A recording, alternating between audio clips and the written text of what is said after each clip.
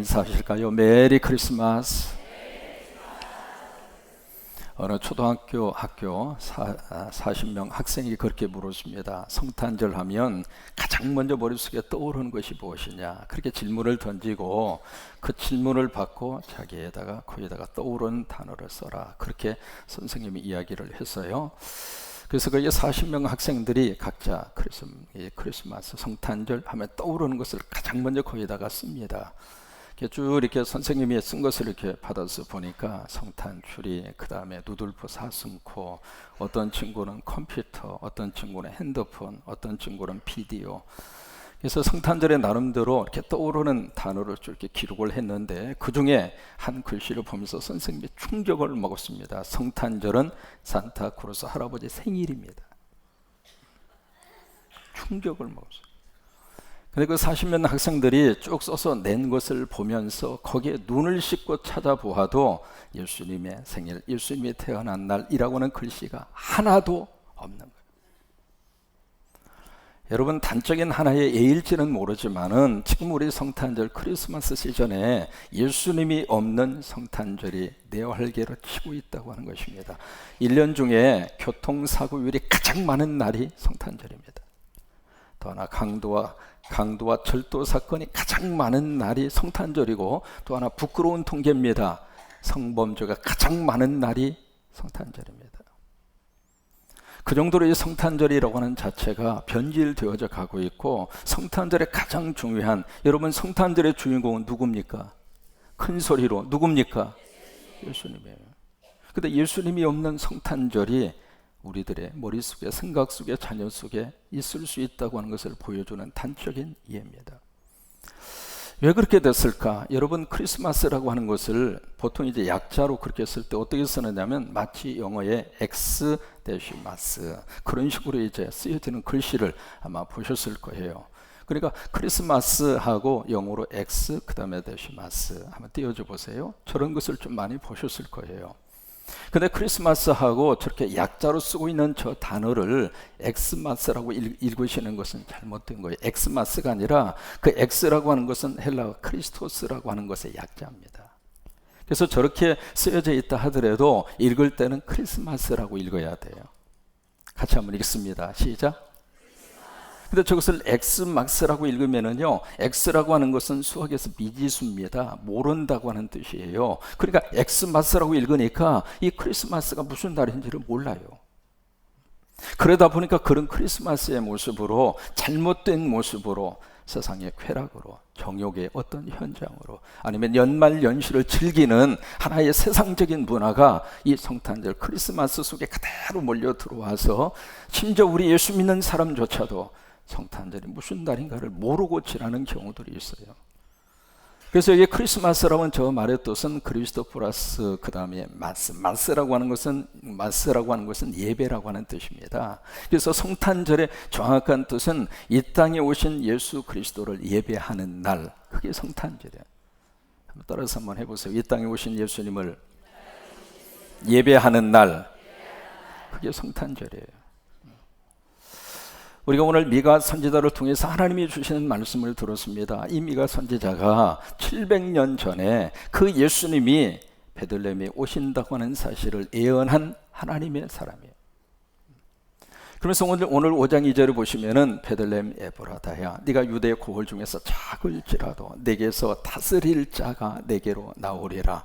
여러분, 거기서 말씀하시는 베들레헴 에브라다야, 그 에브라다야, 그 말이 왜 붙었느냐면, 이스라엘 땅에 베들레헴이라고 하는 곳이 두 곳이 있습니다. 첫째는 스볼론의 베들레헴이 있고, 또 하나는 에브라다의 베들레헴이 있어요. 그래서 예수님이 태어난 장소가 스볼론에 있는 베들레헴이 아니라 에브라다에 있는 베들레헴, 그래서 베들레헴 에브라다야, 그렇게 부른 거예요. 근데 바로 그곳에서 너희를 다스릴 자가 내게로 나오리라. 거기에 너희를 다스릴 자가 누구인가? 메시아 예수 그리스도입니다. 예수님은 왕으로 이 세상에 오신 분이에요. 그래서 예수님을 영접하면 그 예수님이 우리를 다스려 주셔요. 예수님의 통치를 받는 것이 축복이에요. 예수님이 내 가정에 오셔서 우리 가정을 다스려 주시는 것이 축복이고, 예수님이 이민족 가운데 오셔서 예수님이 다스려 주시는 것이 축복이고, 왜요? 예수님이 통치하는 그곳이 천국이에요. 예수님이 통치하지 않으면은 악한 영이 들어와서 우리를 다스려요. 여러분, 그러면 끔찍한 일이 일어날 수밖에 없어요. 한 나라의 통치자의 마음속에 악한 영이 들어와서 그의 마음과 생각을 사로잡으니까 나라가, 국가가 흔들리고 있잖아요. 그래서 예수님이 이 세상에 우리를 다스리시는 분으로 예수님이 이 세상에 오셨어요. 그래서 예수님의 통치를 받는 것이 축복이에요. 근데 그분이 어디에 오시는가? 바로 베들레헴 에브라다에, 베들레헴에, 바로 거기에 우리를 다스리시는 메시아 예수 그리스도가 거기에 탄생하실 것이다. 그것을 미가라고 하는 하나님의 종이 700년 전에 예언을 하시고 700년 후에 예수님이 베들레헴에 오신 거예요. 그래서 이 3절에 보시면은 여자가 해산을 한 후에, 여기 여자가 해산했다는 이야기는 예수님이 이 세상에 여인의 몸을 통해서 이 세상에 오셨잖아요. 그래 예수님의 탄생을 거기서 말씀을 하고 있는 거예요. 그래서 예수님이 이 세상에 오신 후에 그의 남아있는 자들이 그에게 돌아오리라. 그래서 예수 믿는 하나님의 백성들이 하나님에게 돌아올 것을 3절에서 예언을 하고 있고, 4절에 보시면은 그 예수님이 여호와의 권능과 하나님의 이름의 능력을 의지하고 목축하리니, 목축한다는 이야기는 셰퍼드, 목자가 돼서 양들을 목양한다 그 말이에요. 그렇게 해서 예수 그리스도를 통해서 이 땅이 창대하게 될 것이고, 그리고 예수 그리스도의 복음의 역사가 땅끝까지 이루어지리라. 이게 미가라고 하는 선지자를 통해서 예수 그리스도를 통해서 이 땅에 탄생과 더불어서 복음의 거룩한 역사가 땅끝까지 증거되게 되리라고 하는 것을 이미 하나님이 예언을 하신 거예요. 그러면서 여기서 한 가지 우리가 질문을 해봅니다. 그러면 왜 베들레헴인가? 예수님이 우리 한국 땅에 오셨으면 얼마나 좋을까? 이스라엘에 가서 보면은요, 이스라엘은 관광 수업이 굉장히 많은 퍼센테이지를 차지합니다. 근데 그 관광객이 전 세계에 예수 믿는 사람들이 성지순례로 그렇게 많이 와요. 만약에 예수님이 한국에 태어나셨으면 한국의 관광 수업이 얼마나 많이 올라갔을까? 아니면 예수님이 전라북도 김정은 봉남면 행촌리에 태어나셨으면 얼마나 좋았을까? 아니면 거기가 좀 싫으시면은 개복동 3-1에 예수님이 태어나셨으면은 여기가 얼마나 거룩한 하나님의 성지가 될까? 좀 뚱땅지 같은 생각이지만 그런 생각을 해보게 돼요. 근데 왜 베들레헴에? 왜 베들레헴에? 많은 장소가 있을 터인데 왜 예수님이 베들레헴에 이 세상에 태어나셨을까? 누가 2장에 보시면 표면적으로 드러난 역사적 이유를 누가는 거기서 기록을 하고 있습니다. 그 당시에 로마의 황제가 가이사 아구스토라고 하는 사람이 황제였어요. 이 사람이 바로 유대인들을 향하여 고향에 가서 호적을 정리하라고 하는 유대인 인구 센서스 명령을 합니다. 그래서 흩어져 살고 있었던 모든 유대인들이 각자 자기의 고향에 가서 호적을 정리하도록 그렇게 한 이유는 세금 때문에 그랬어요. 그래서 이제 여기저기서 누락되는 그 세금을 황제 입장으로서 더 많이 거두기 위해서 그래서 호적을 정리하도록 명령을 했고, 여기에 요셉과 만사이 된 마리아도 그 황제의 명령을 따라서 자기의 고향 베들레헴으로 갑니다. 그러니까 원래 이 요셉과 마리아의 고향은 베들레헴인데 그 베들레헴에서 살던 그분이 나사렛 동네에 이주해서 살고 있었던 거예요. 그래서 이 황제의 명령을 따라서 고향에 가서 호적을 정리하러 갔는데 만삭이 된 이 마리아가 해산기가 왔고 결국 말구요 거기에 가서 해산하게 됐고, 그리고 예수님이 태어날 수밖에 없었다. 이것이 역사적으로 드러난 표면적인 이유 가운데 하나입니다. 그렇게 해서 예수님이 베들레헴에 태어나셨다. 그게 역사적인 이유예요. 근데 또 하나 더 중요한 이유가 있습니다. 그런 표면적으로 드러난 역사적 이유 말고 왜 하나님께서 왜 하필이면 베들레헴에 예수님이 태어나실 수 있도록 그렇게 하셨을까? 3가지 이유가 있습니다. 저절로 베들레헴은 어떤 장소인가? 메시 플레이스, 아주 더러운 장소입니다. 메시라고 하는 이 영어의 단어는요, 인상 쓸 수밖에 없을 정도로 썩고 부패하고 더럽고 추한 거, 그것을 영어로 메시라고 합니다. 이 베들레헴이라는 이 장소가 바로 그런 곳이었어요. 왜 그랬을까? 이 베들레헴이라고 하는 곳은 예루살렘 수도가 있는 곳에서 외곽지역으로 약 한 20리 정도, 8km 정도 떨어진 변방입니다. 그래서 거기에 주로 뭐가 있었느냐면 예루살렘 성전에서 계속 제사를 하나님 앞에 드립니다. 번제를 드리고 화목제를 드리고 속죄제, 속건제 계속 하나님 앞에 번제를 이 제물을 드리는데 그 제물로 쓰는 양이나 소나 염소나 가축들을 어디다가 보관을 하고 키웠느냐면 20리 떨어진 베들레헴 거기서 키웠어요. 그러다 보니까 6월절 같은 명절 때에는 그 명절 기간 동안 6월절 동안 50만 마리의 가축을 제물로 바치게 됩니다. 그리고 이 베들레헴은요 계속해서 그 짐승들이 계속 있는 장소, 그게 베들레헴이에요. 그러다 보니까 냄새가 진동을 합니다. 여러분, 소 한 마리만 기른다 할지라도 집에서 얼마나 지저분해요. 돼지를 기른다, 양을 기른다, 이게 쉬운 일이 아니잖아요. 그러니까 이 베들레헴이라고 하는 이 마을은 작은 마을이기도 하지만 그런 가축들이 계속 있는 장소이기 때문에 메시, 더럽고 지저분하고 냄새나고, 그게 베들레헴이에요. 근데 그곳에 예수님이 오신 거예요.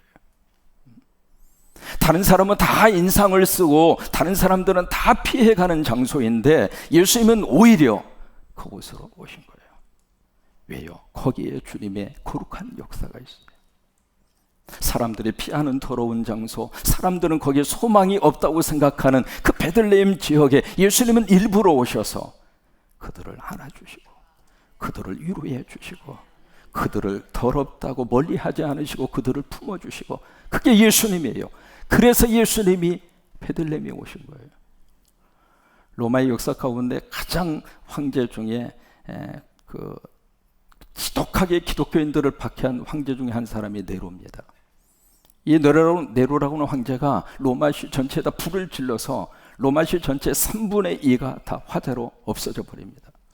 그 불을 지른 이유가요, 다른 데 있지 않아요. 로마 시내가 너무 더럽고 냄새 난다고 그래서 그것을 치우기 위해서 이 네로가 불을 질러서 로마 시내를 완전히 불바다를 만들어 버린 거예요. 근데 그 소식을 듣고 거기에 있는 주민들이 폭동이 일어났습니다. 어떻게 황제가 돼서 이런 식으로 사람을 무차별적으로 죽일 수가 있느냐고. 그래서 이 길거리로 그냥 로마 시민들이 막 밀물처럼 쏟아져 나와서 황제 타도를 외치면서 폭동이 일어날 기미가 보이니까 이 네로 황제가 그 불을 질른 방화범이 예수 믿는 사람이다, 크리스찬이다, 그러면서 악성 루머를 퍼뜨린 거예요. 그래서 그 모든 화살이 누구에게 갔는가? 예수 믿는 크리스찬들에게 쏠린 거예요. 그래서 예수 믿는 사람 잡아다가 죽이고 박해하고 그런 일들이 로마 시내 속에 확 만연하기 시작을 했죠. 그때 이 네로는 기독교의 가장 중요한 중심 지도자였던 베드로를 잡아서 죽이려고 합니다. 그래서 그것을 통해서 기독교를 뿌리째 뽑아야 되겠다, 그렇게 생각을 하고 이 네로가 베드로를 잡아 죽이겠다고 하는 그 정보를 기독교인들이 입수를 해요. 입수를 하고 나서 베드로에게 그렇게 간청합니다. 우리는 죽어도 괜찮지만 당신은 살아야 합니다. 당신이 만약에 죽는다면 우리 기독교회는 힘듭니다. 그러니 베드로 사도님, 당신은 피하십시오. 이 성도들이 지금 언제 사자굴 속에 던져져서 죽을지 모르는 그런 위험한 상황 속에서 이 성도들이 자기의 목자, 자기의 리더자 베드로를 살리기 위해서 그렇게 간청을 해요. 그때 그 간청을 들은 베드로가, 아니다, 내가 어떻게 당신들을 두고 나만 살겠다고 떠나겠느냐. 근데 성도들이 자꾸 간청합니다. 당신은 살아야 한다고. 그래서 이 베드로가 맞지 못해서 로마 시내를 등지고 로마를 등지고 밖으로 나와요. 밖으로 나오는데 이 베드로와 정반대쪽에서 밝은 빛이 보이면서 등지고 나온 로마를 향하여 누군가가 뚜벅뚜벅 로마 시내로 가는 한 분을 길에서 만나게 되는데 그분이 바로 누구였어요? 예수 그리스도. 그래서 베드로의 마음속에 자기를 좀 등지고 나오는데 주님이 로마로 향하여 가고 있는 그 모습을 보면서 예수님 앞에 무릎을 꿇고 흐느끼면서 그때 베드로가 했던 유명한 말이 있잖아요. 커바디스 도미네. 커바디스라고 하는 것은 라틴 말로 where to go, 어디로 가십니까? 도미네라고 하는 것은 라틴 말로 the Lord, 주님이라고 하는 뜻이에요. 커바디스 도미네, 주님 어디로 가십니까? 나는 네가 버리고 온 그 양을 위하여 다시 십자가를 지기 위하여 나는 로마로 가겠노라. 그 예수님의 그 음성을 듣고 베드로가 아닙니다. 주님이 두 번 다시 십자가 질 수 없습니다. 제가 가겠습니다. 그러면서 베드로가 다시 로마로 가잖아요. 로마로 가서 거꾸로 십자가를 지고 죽은 그곳에 캐톨릭이 로마 베드로 성당을 지은 거예요. 네로는 더러운 도시를 불태워 치워버리겠다고 불을 질렀지만은 그 더러운 메시, 지저분한 그곳으로 주님은 들어가셔요. 그래서 주님이 베들레헴에 오신 거예요. 여러분, 더러운 장소에 주님이 함께 하셔요. 사람들이 인상 쓰는 그 추한 그곳에 주님이 함께 하셔요. 아파하는 그 영혼 내몰차게 버리지 아니하시고, 그들도 하나님의 자녀로, 그들도 하나님의 백성으로, 그들도 예수 믿어 천국의 백성으로 그러기 위해서 주님이 베들레헴에 오신 거예요. 두 번째로 베들레헴은 어떤 장소인가? 셋플레이스, 슬픈 장소가 베들레헴이에요. 마태 2장에 보시면 동방 박사가 먼 나라에서 별을 보고 예루살렘에 오잖아요. 헤롯을 만나서 그에게 말합니다. 당신 나라에 왕이 탄생했다고. 그 정보를 듣는 이 헤롯이 2살 이하의 영아들을 무차별적으로 죽여버립니다. 그것이 어디에서 일어났는가? 바로 베들레헴에서. 여러분 생각해 보세요. 이 핏덩어리 아이들이 내 품에서 지금 고이고이 젖을 먹고 자라고 있는 그 아이를 뺏겨서, 반강제로 뺏겨서 그 아이들이 자기 눈앞에서 처참하게 죽어가는 모습을 보아야 했던 베들레헴의 부모님들, 그 가슴이 얼마나 통곡이 나고 찢어지는 아픔과 고통. 여러분, 자녀가 죽으면 어디다 묻어요? 가슴에 묻잖아요. 인간적으로 뭐라 표현할 수 없는 가장 슬픔에 가장 극에 달아져 있는 현장이 베들레헴이에요. 근데 바로 그곳에 주님이 오셨어요. 여러분, 슬픈 현장 속에 사람은 어떻게 위로할 말이 없습니다. 요한복음 11장에 보시면 거기 베다니라고 하는 동네에 나사로, 마르다, 마리아, 부모 없이 세 오누이가 오순도순 의지하고 살았는데 어느 날 오라버니 나사로가 세상을 떠납니다. 그래 오라버지 하나 의지하고 살던 이 자매가 너무 애절하게, 그렇죠, 하늘이 무너지고 땅이 커지죠. 그래서 땅을 치고 통곡하고 울고 있는데 그곳에 예수님이 오시는 거예요. 그러니까 슬픔의 그 현장 속에 사람들은 그곳에 가서 뭐라 할 수 있는 말이 없지만은, 왜요? 잘못 이야기하면 오히려 더 고통을 줍니다. 사랑하는 이를 보내면서 너무 아파하고 통곡하고 울고 있는데 거기 와서 할 말이 없으니까 하는 말이 괜찮다고, 천국 갔으니까 괜찮다고. 뭐가 괜찮아? 내가 그 상황을 당하면은 눈물 흘리지 않고 가만히 참고 지나갈 수 있겠어요? 그 슬픔의 현장에 주님이 오셔서 막 거기에 사랑하는 동네 사람들이 같이 따라오면서 막 울어요. 유대 사람이나 한국 사람이나 초상집에서는 눈물이 문화예요. 막 통곡하면서 웁니다. 그 모습을 보고 예수님이 요한복음 11장에 보시면 신구약 성경 속에서 가장 짧은 구절 단 2마디, Jesus wept. 예수님이 눈물을 흘리셨더라. 슬픈 현장, 그곳에 주님이 오셨어요. 슬퍼서 지금 울고 있는 그 현장 속에 예수님이 오셔서, 아프지? 나도 아프다. 속상하지? 그래, 네 모습을 보는 나도 속상하다. 사느라고 얼마나 힘드니? 악이 득세하고 죄악이 관여하고 있는 이 세상에서 믿음으로 산다는 것이 쉽지가 않을 것이고, 또 하나 불의가 판치는 세상에서. 그래서 울고 있는 그들에게 예수님이 바로 거기에 오셔서 그 눈물을 씻어주시고 같이 울어주시고 같이 끌어안아 주시고, 그러기 위해서 예수님이 베들레헴에 오신 거예요. 세 번째로 베들레헴은 어떤 장소인가? 프라미스 플레이스, 약속 있는 장소입니다. 무슨 약속 있는 장소인가? 여기 2절에 보시면 다스릴 자가 너희를 통하여 나오리라. 하나님의 약속 있는 장소. 하나님의 약속 있는 장소에 가면 하나님 만납니다. 하나님의 약속 있는 장소에 가면 하나님이 축복하십니다. 하나님의 약속 있는 장소에 가면 다시 이루실 수 있습니다. 룻기가 그것을 우리에게 보여주고 있는 거예요. 베들레헴을 고향으로 두고 있었던 엘리멜렉과 나오미 이 부부가 두 아들 말론과 기론을 데리고 또 그 땅이 기근이 들어서 먹을 것이 없으니까 모압 땅으로 이민을 떠납니다. 그래서 이민을 가서 거기서 모압 아가씨 둘을 며느리로 받아요. 오로바하고 그리고 룻이라고 하는 며느리를 봐요. 그래서 오손도 이렇게 살고 있는데 이민 생활 10년 만에 세상에 남편이 앞서가고, 그 다음에 큰아들, 작은아들, 남자들이 다 세상 떠나고 새 여인만 덩그랗게 남은 거예요. 그래서 시어머니가 생각합니다. 나 여기서 못 살겠다. 그래서 결심을 해요. 다시 예루살렘으로 가리라. 베들레헴으로 가리라. 그러면서 이 이방인 두 며느리를 불러다 놓고 그렇게 이야기하죠. 나 내 고향 칼토이니까 너네들도 너네 고향 가라고. 오로바라고 하는 며느리는 알겠습니다. 인사하고 갔어요.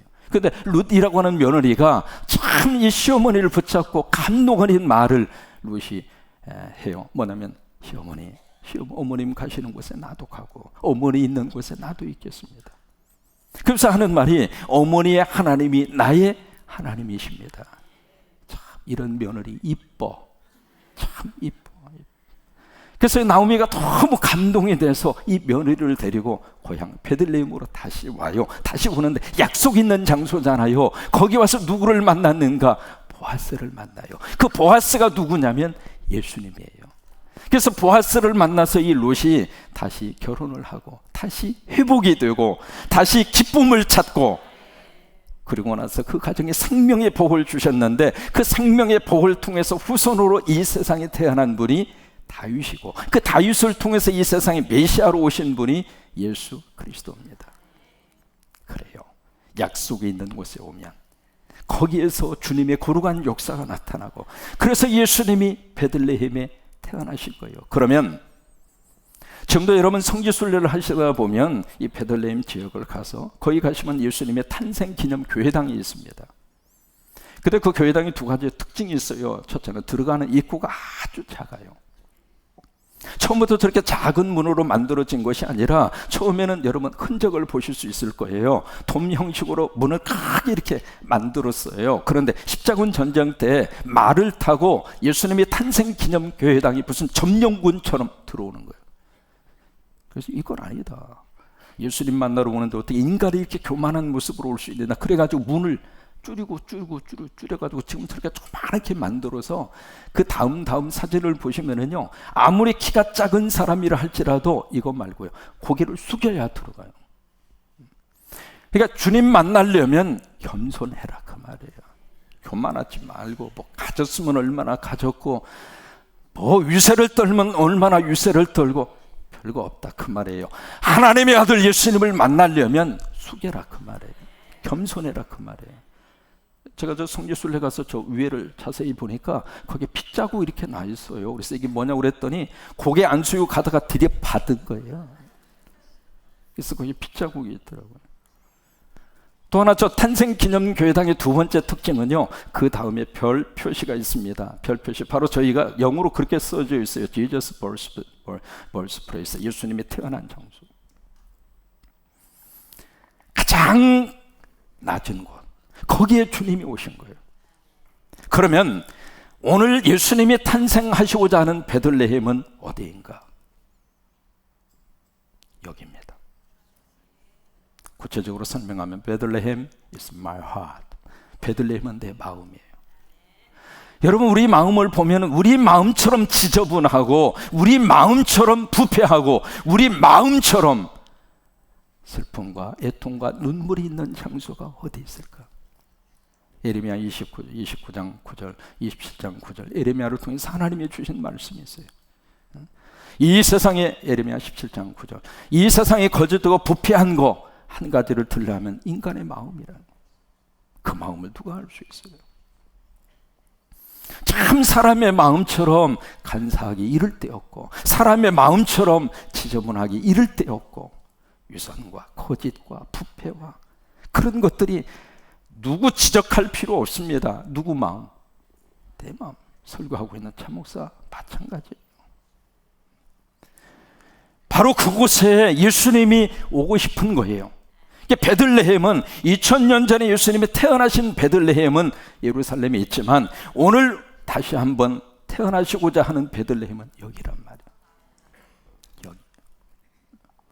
윈스턴 처칠이라는 영국의 정치인이 있었잖아요. 그분이 수상이 되기 전에 BBC 방송하고 특별 인터뷰를 위해서 택시를 탔습니다. 택시를 타고 기사 보고 우리 BBC 방송국으로 가자고. 그래, 기사가 하는 말이, 나 운행 안 하겠다고. 조금 있으면은 윈스턴 처칠 그분이 BBC 방송에 하고 대담을 하고 특별 연설을 하는데 나 그 연설을 듣겠다고, 나 운행을 안 하겠다고.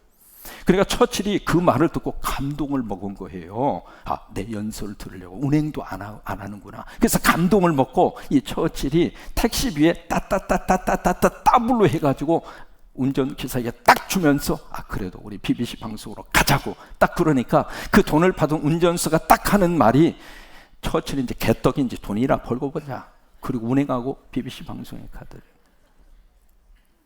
사람 마음이 그런 거예요. 탈무드에 나오는 이야기입니다. 한 여인이 외나무 다리를 딱 지나가게 됐는데 그 길을 지나가지 않으면 안 될 정도로 그런 상황이에요. 근데 외나무 다리를 보니까 썩었어요. 그리고 위험해요. 그래서 이제 딱 발을 들이니까 흔들거리는 거예요.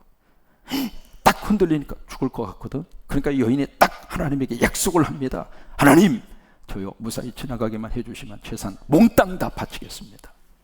그렇게 기도를 간절히 하고 그리고 주여를 3번 외치고 믿습니다를 침이 10m 튀기도록 그렇게 하고 딱 건너가는. 흔들흔들 거렸지만 그래도 어느 정도 반절 절반까지 딱 온 거예요. 절반 딱 오는 순간 여인이 내가 좀 전에 뭐라고 그랬지? 재산 전부 다? 갑자기 눈앞이 아찔한 거예요.